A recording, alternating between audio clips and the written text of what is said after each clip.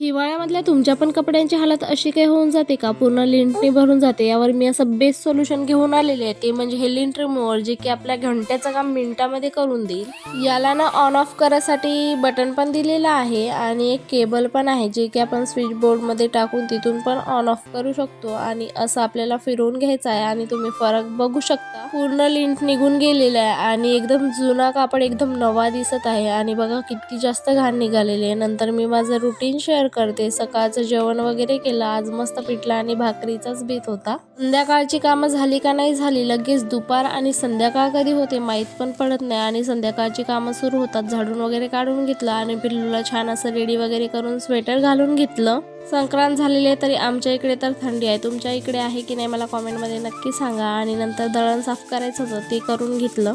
या चहाचा वेळ तर मला एवढा आहे, जेवढ्या वेळेस मी चहा बनवते ना तेवढ्या वेळेस पिणारच. तुम्ही पण असं करता का? मला कॉमेंटमध्ये